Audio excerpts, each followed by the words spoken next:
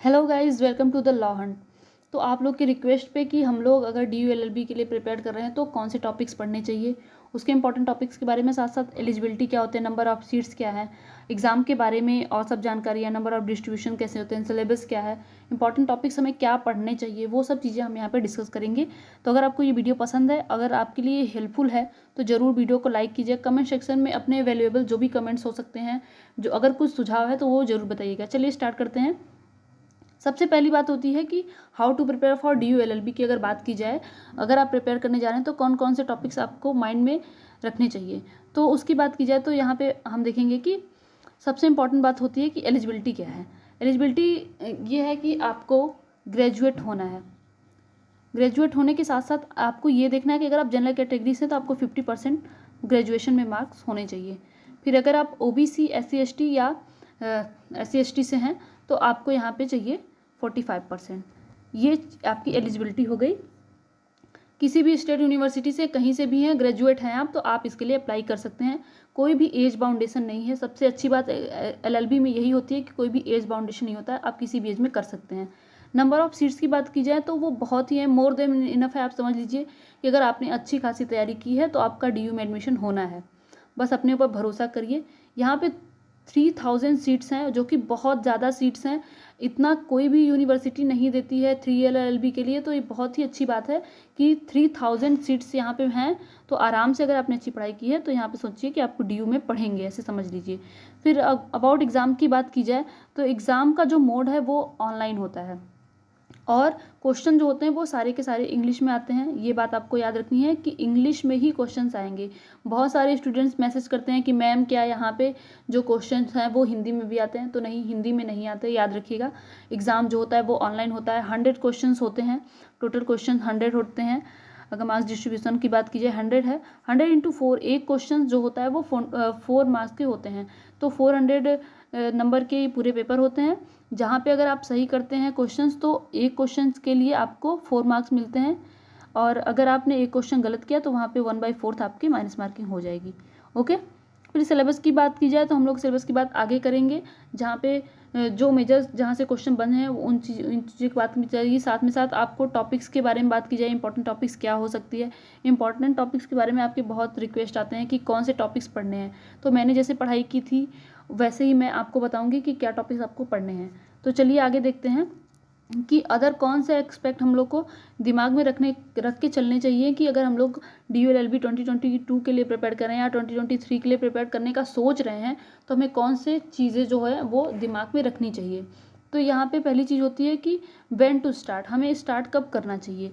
तो ये मैं आपको बता दूँ कि अगर आप ये सोच के बैठे हैं कि भाई जब हमारा नोटिफिकेशन आ जाएगा कि अब फॉर्म आने वाला है या फॉर्म आ रहा है या फॉर्म आ गया तो अब हमने फॉर्म सबमिट कर दिया, अब हम पढ़ना स्टार्ट करेंगे, तो ऐसा नहीं होता है। आप भूल जाइए कि आप एग्ज़ाम क्वालिफाई करेंगे। आपको ये बात थोड़ी बुरी लग रही होगी, लेकिन मैं आपको सीधे बता रही हूँ कि फिर आप भूल जाइए कि आप एग्ज़ाम में क्वालिफाई करेंगे। अगर आपने पढ़ाई नहीं की है तो आप एग्ज़ाम में क्वालिफाई नहीं करेंगे। तो ये बहुत ही अच्छा समय है। अभी आप समझ लीजिए कि जो 2021 वाले हैं उनका रजिस्ट्रेशन शुरू हो गया, उनके एडमिशन्स हो रहे हैं, पहली मेरिट लिस्ट आई है। कोरोना की वजह से ये चीज़ें काफ़ी लेट चल रही हैं, तो आप ये मत समझिए कि हो सकता है कि यार 2022 में भी ऐसा ही हो, तो ये सोच के आप नहीं बैठ सकते। तो अभी आपको तैयारी स्टार्ट कर देनी चाहिए। अगर आप 2023 के लिए प्रिपेयर कर रहे हैं तो आपको कम से कम पॉलिटी और लीगल चीज़ें तो पढ़ के ही रखनी चाहिए, क्योंकि पॉलिटी अपने आप में ही बहुत बड़ा एक सब्जेक्ट है जो कि कवर करते करते बच्चों की हालत ख़राब हो जाती है और वो सोचते हैं कि बस पॉलिटी छोड़ दो। पॉलिटी में मज़े बहुत आते हैं पर वो टॉपिक्स उसमें इतने ज़्यादा पढ़ने हैं आपको। अगर आप चैप्टर वाइज उठा के पढ़ते हैं, अब साथ में आपको इंटरेस्ट आ जाता है तो आप सोचते हैं कि अब मैं पूरा पढ़ लूँ। मेरे साथ तो यही हुआ था कि मुझे पॉलिटी में इतने मज़े आने लगे थे कि मुझे पॉलिटी के सिवा और कुछ पढ़ना ही नहीं था, ऐसी मेरी कंडीशन थी। तो ये हुआ मेरे साथ। तो मैं आपको बता रही हूँ कि अगर आप प्रिपेयर करने का सोच रहे हैं तो अब आपको स्टार्ट कर देना चाहिए। बाकी फॉर्म्स कब आएंगे, कब एडमिशन हो रहे हैं, तो एडमिशन ख़त्म कब होगा, इनका सेमेस्टर कब स्टार्ट होगा, ये सब आपको कोई टेंशन लेने की बात है ही नहीं। सेल्फ स्टडी की बात की जाती है कि क्या आप सेल्फ स्टडी से ये एग्ज़ाम निकाल सकते हैं या आपको कोचिंग लेना चाहिए। तो मैं अपना पर्सनल एक्सपीरियंस बता रही हूँ कि मैंने कोई कोचिंग नहीं ली थी, कहीं से भी कोई कोचिंग, ना ऑनलाइन ना ऑफलाइन।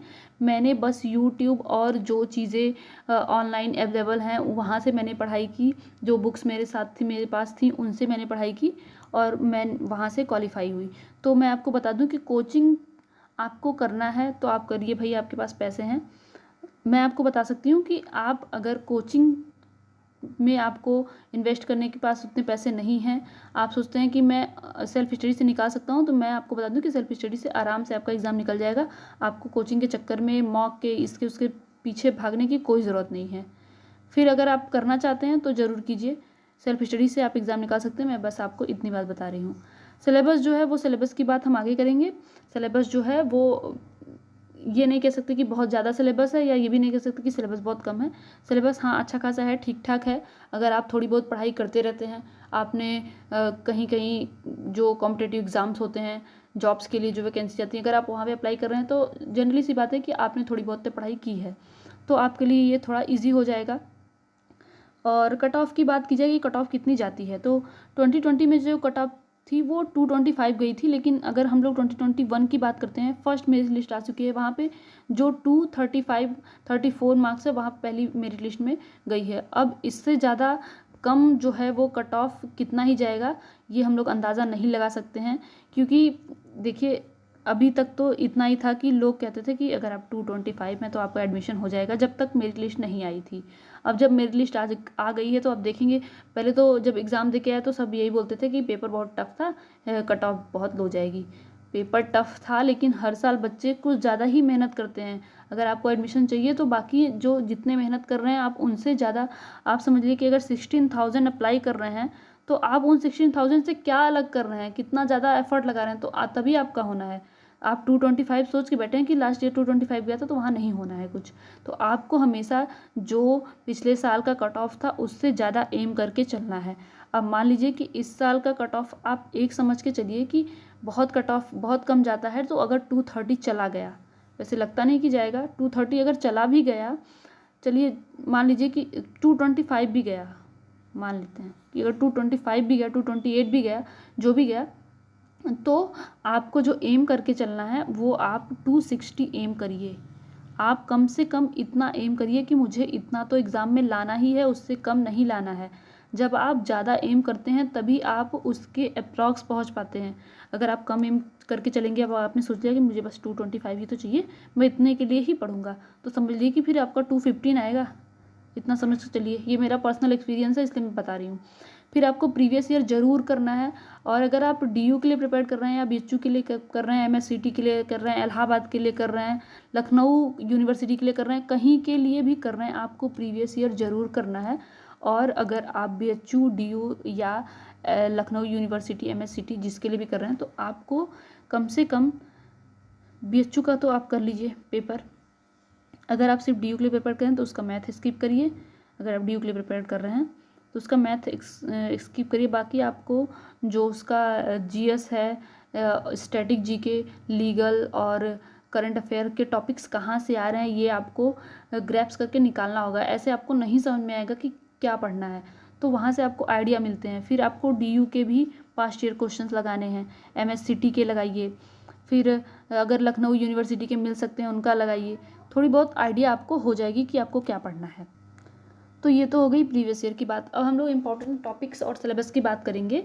तो सबसे इम्पॉर्टेंट देखिए जो होता है कि हम लोग को कॉन्स्टिट्यूशन पढ़ना ही पढ़ना है। कॉन्स्टिट्यूशन को आप स्किप नहीं कर सकते, क्योंकि सबसे ज़्यादा क्वेश्चंस यहीं से आते हैं। लीगल और कॉन्स्टिट्यूशन और करंट अफेयर अगर आपने अच्छे से पढ़ी है, आपने इन पे अगर ध्यान दिया है, तो आप समझिए कि आप तो हैं, आप फाइट में आ चुके हैं। साथ ही साथ आपको लॉजिकल रीजनिंग जो है, वो बच्चे जो अभी अभी फ्रेशर्स हैं, जिन्होंने इस लाइन में भाई कदम रखा है कि अब हमको किसी कॉम्पिटिटिव एग्ज़ाम की तैयारी करनी है, तो उनको थोड़ा रीजनिंग, लॉजिकल रीजनिंग पढ़नी पड़ती है। बाकी तो अगर आप ग्रेजुएट होके आए हैं तो आपको लॉजिकल रीजनिंग आपने थोड़ी बहुत पढ़ी होगी, क्योंकि लोग ग्रेजुएशन के साथ साथ कॉम्पिटिटिव एग्ज़ाम की भी तैयारियां करते हैं। तो अगर आप करते हैं तो वेल एंड गुड, फिर आपको ज़्यादा मेहनत करने की ज़रूरत नहीं है लॉजिकल रीजनिंग पे। फिर इंग्लिश आपको पढ़नी है थोड़ी बहुत, स्टैटिक जीके भी पढ़ना है, लेकिन उतना ज़्यादा इंपॉर्टेंट नहीं देना जितना आपको इंपॉर्टेंट इन चीज़ों पे देना है। स्टैटिक जीके अगर आप पढ़ना चाहते हैं तो आपको अभी से स्टार्ट करना चाहिए, क्योंकि स्टैटिक जीके अपने आप में ही बहुत ही वास्ट सब्जेक्ट है। वो समझिए कि वो ख़त्म ही नहीं होता, आप कहाँ तक ख़त्म करेंगे, पर आपको बहुत ही लिमिटेड चीज़ें इनमें पढ़नी होती है। इसलिए आपको प्रीवियस ईयर लगा के देखना है कि आपको स्टैटिक जीके में क्या टॉपिक पढ़ना है। फिर साथ ही साथ आपको मैथ्स के लिए क्या करना है, मैथ के लिए जो क्वेश्चंस आप देखेंगे प्रीवियस ईयर में आए हैं उनके फॉर्मूलाज आप लिख के, उस चैप्टर के जो फॉर्मूलाज होंगे उन्हें लिख के बस आप उन्हें याद करिए, 2-4 क्वेश्चन सॉल्व करिए, उससे ज़्यादा आपको करने की कोई ज़रूरत नहीं है। फिर अब हम लोग कॉन्स्टिट्यूशन पे जो इंपॉर्टेंट टॉपिक्स हो सकते हैं उनकी बात करेंगे। मैंने जो पढ़ा है, मैंने जो टॉपिक्स लिख के रखे थे, मैं एज इट इज़ आपके सामने रख रही हूँ और कुछ इसमें बनावटी नहीं है। हाँ कि भाई आपको मैं डिज़ाइन करके दे रही हूँ क्योंकि मैं तो यूट्यूब चैनल चला रही हूँ, ऐसा कुछ नहीं है। आप ऐसा देखिए कि मैंने जो चीज़ें पढ़ी थी जिससे मेरा एग्ज़ाम निकला, मैं वही चीज़ें आपको बता रही हूँ। तो आपको यहाँ पे कॉन्स्टिट्यूशन हिस्ट्री के बारे में थोड़ी बहुत जानकारी होनी चाहिए, जैसे कि जब कॉन्स्टिट्यूशन बना तो कॉन्स्टिट्यूंट असेंबली का फॉर्मेशन कब हुआ, उसमें कितने मेंबर्स थे, उसमें फीमेल्स कितनी थी और कितनी बार बैठक हुई, पहली बैठक कब हुई, दूसरी बैठक हुई, तीसरी बैठक में क्या चीज़ें हुई, ये सब चीज़ें आपको जाननी है।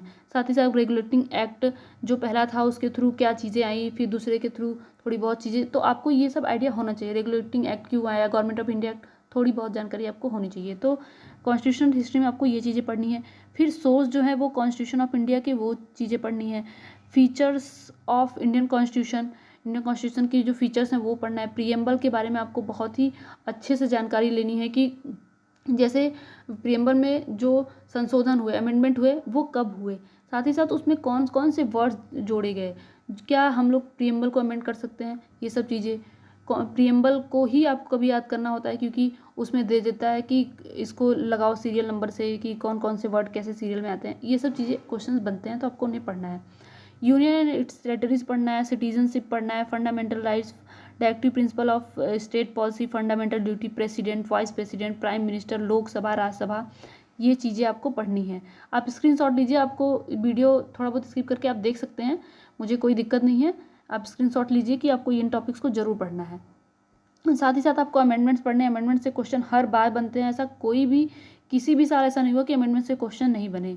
साथ ही साथ आपको एनुअल फाइनेंशियल स्टेटमेंट मतलब बजट के बारे में पढ़ना है, सेंट्रल स्टेट रिलेशन पढ़ना है, सुप्रीम कोर्ट जरूर पढ़ना है, पब्लिक इंटरेस्ट लिटिगेशन के बारे में पढ़ना है, state legislature, high court, subordinate court, alternate dispute resolution, फिर उसके बाद NALSA, Panchayati Raj, schedule area, municipality, national human right commission के बारे में थोड़ी बहुत जानकारी लेनी है आपको।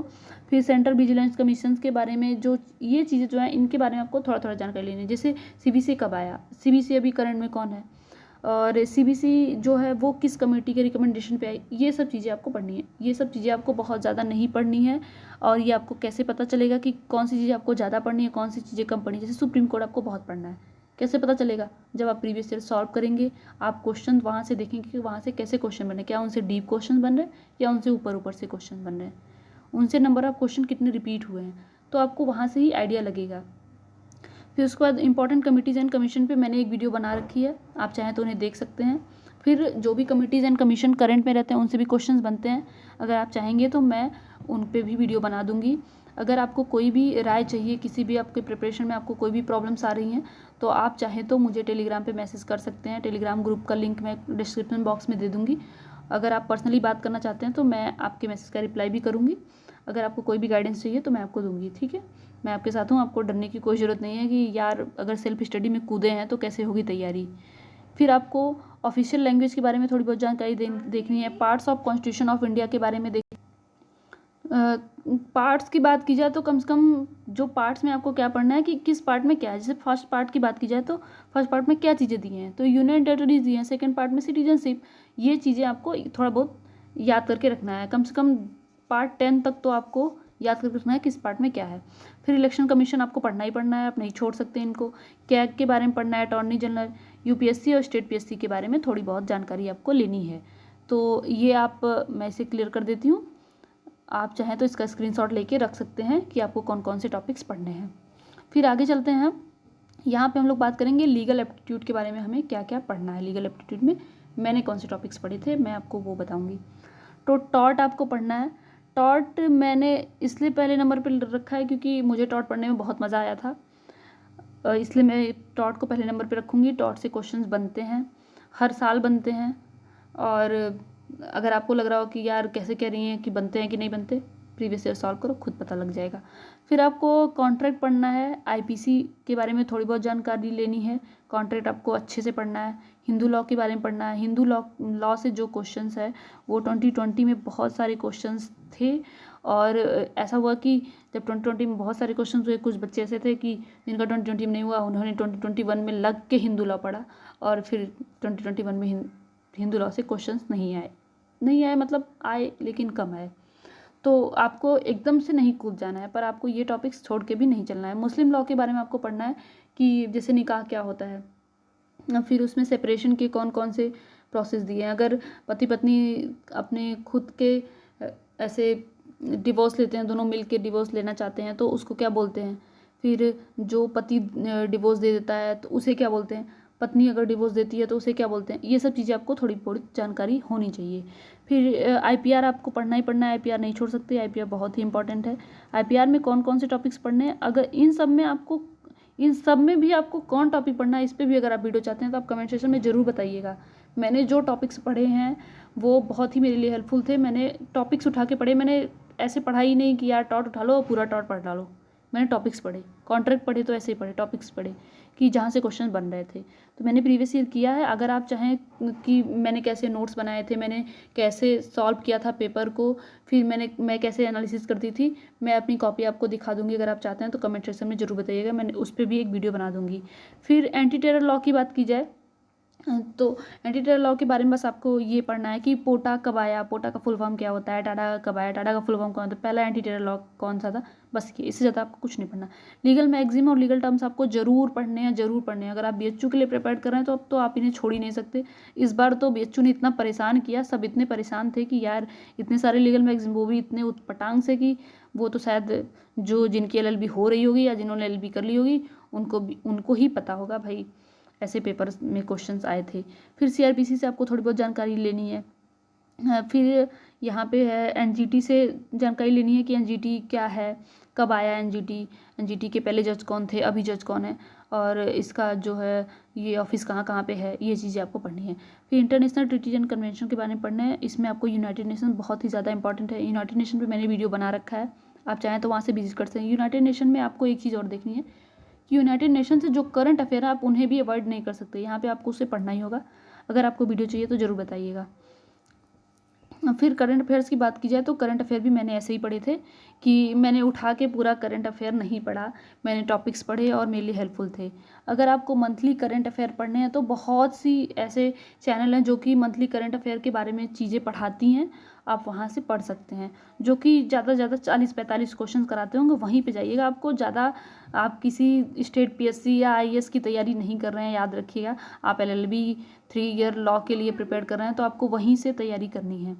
फिर आपको यहाँ पे इंपॉर्टेंट अवार्ड्स के बारे में पढ़ना है कि किन्हें कौन से अवार्ड्स मिले हैं।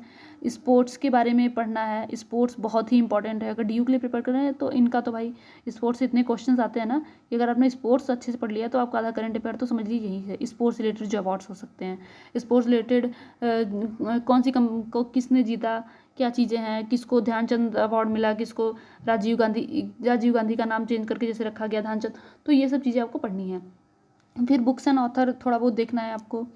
बुक्स एंड ऑथर आपको स्टैटिक जीके में थोड़ा ज़्यादा ध्यान देना है क्योंकि स्टैटिक से ज़्यादा क्वेश्चन बनते हैं।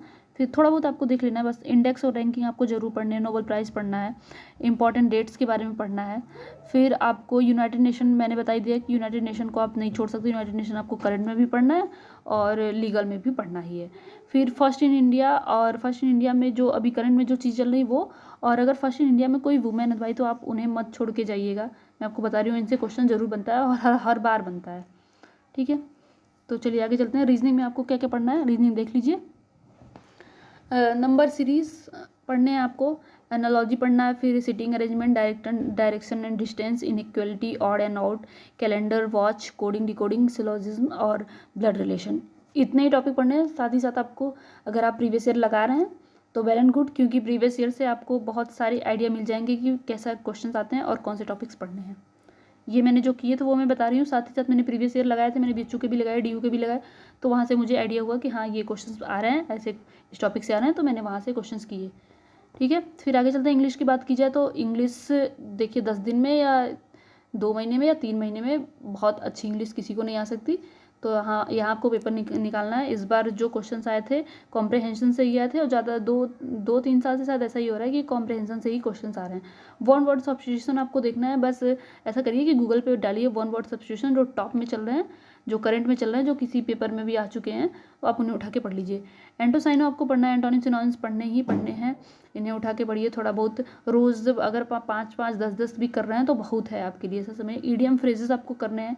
लीगल टर्म्स इंग्लिश में भी कभी कभी दे देता है, तो ये भी पढ़ना है। बेसिक ग्रामर की जानकारी आपको होनी चाहिए, ठीक है। पार्ट्स ऑफ स्पीच पढ़ लीजिए, उतना आपके लिए बहुत है। और प्रीवियस ईयर से आपको आइडिया मिल जाएगा कि क्वेश्चंस कैसे आ रहे हैं, बस उससे ज़्यादा आपको करने की जरूरत नहीं है। मैंने तो इंग्लिश नहीं करी थी क्योंकि मेरी इंग्लिश थोड़ी ठीक ठाक थी, तो मैंने इंग्लिश नहीं की थी। और ऐसा अच्छा हुआ कि कॉम्प्रहेंशन ही आया। अगर वर्ड सब्स्टिट्यूशन और या एंटोसाइनो थोड़ा आपके लीग से बाहर आ गया तो फिर आप नहीं ही कर पाते हो। इसलिए मैं बोल रही हूँ कि अगर आप पढ़ना चाहते हो तो अभी से पढ़ाई स्टार्ट कर दो, टाइम वेस्ट करने का कोई फ़ायदा नहीं है। स्टडी जीके की बात की जाए, स्टडी जीके मैंने बहुत नीचे रखा। आप सोच रहे होंगे क्यों? क्योंकि स्टडी जीके भाई बहुत ज़्यादा है, और जहाँ से टॉपिक्स ज़्यादा आ रहे हैं हम उन्हें क्यों ना पढ़ें, इसके कि जहाँ पे यार 2-4 टॉपिक हैं उनका कुछ फिक्स भी नहीं है कि क्या आएगा क्या नहीं आएगा। तो स्टडी जीके में आपको हिस्ट्री पढ़नी है, थोड़ी बहुत जानकारी हिस्ट्री के बारे में लेना है। और हिस्ट्री में भी आपको मॉडर्न हिस्ट्री थोड़ा ठीक से, अगर आप हिस्ट्री पढ़ना भी चाहते हैं तो मॉडर्न हिस्ट्री थोड़ा ठीक से पढ़िए। ज्योग्राफी के बारे में थोड़ा देखना है। साइंस देख लीजिए, साइंस से क्वेश्चंस बनते हैं थोड़े बहुत। अच्छा ये होगा कि आप जो कुछ चैनल्स ऐसे हैं जो कि वीडियो बनाते हैं MCQ रिलेटेड, तो अगर आपको पूरा उठा के नहीं पढ़ना है, बुक्स उठा के आप नहीं घुसना चाहते उसमें, तो आप उनको भी कर लीजिए, उतना बहुत है आपके लिए। बायोडाइवर्सिटी, सस्टेनेबल डेवलपमेंट, ये टॉपिक्स थोड़ा बहुत पूछते हैं। ओजोन के बारे में थोड़ा पूछते हैं, कौन सा ये कि मॉन्ट्रियल प्रोटोकॉल और क्योटो प्रोटोकॉल, ये सब करके पूछते हैं। तो ये सब थोड़ा आपको देखना है, आइडिया लेना है बेसिक। फर्स्ट इन इंडिया के बारे में देखना है, फर्स्ट इन वर्ल्ड के बारे में, इन्वेंशन, रिसर्च इंस्टीट्यूट, ये सब चीज़ें। बाकी आपको प्रीवियस ईयर से आइडिया मिल ही जाएगा, और उतना ही आपको करना है। प्रीवियस ईयर भी अगर आप करके जा रहे हो उनसे भी आपको बहुत हो जाएगा। और स्टैटिक जीके में आपको ये पढ़ना है कि डांस कौन सा है यार, किस स्टेट का, ये पढ़ना है। बस ये सब चीज़ें हो गए, बाकी आपको आइडिया मिल जाएगी स्टैटिक जीके क्या होता है, ये सबको पता है, तो उसमें ज़्यादा टाइम वेस्ट नहीं करते हैं। फिर मैथ्स की बात की जाती है कि मैथ्स में क्या आएगा यार, तो मैथ्स देख लेते हैं। मैथ्स में ये है कि मैथ्स में हम लोग को देखना है यहाँ पे नंबर सिस्टम, कि मैथ्स में हम लोग को पढ़ना है। पहला देखिए यार क्या है,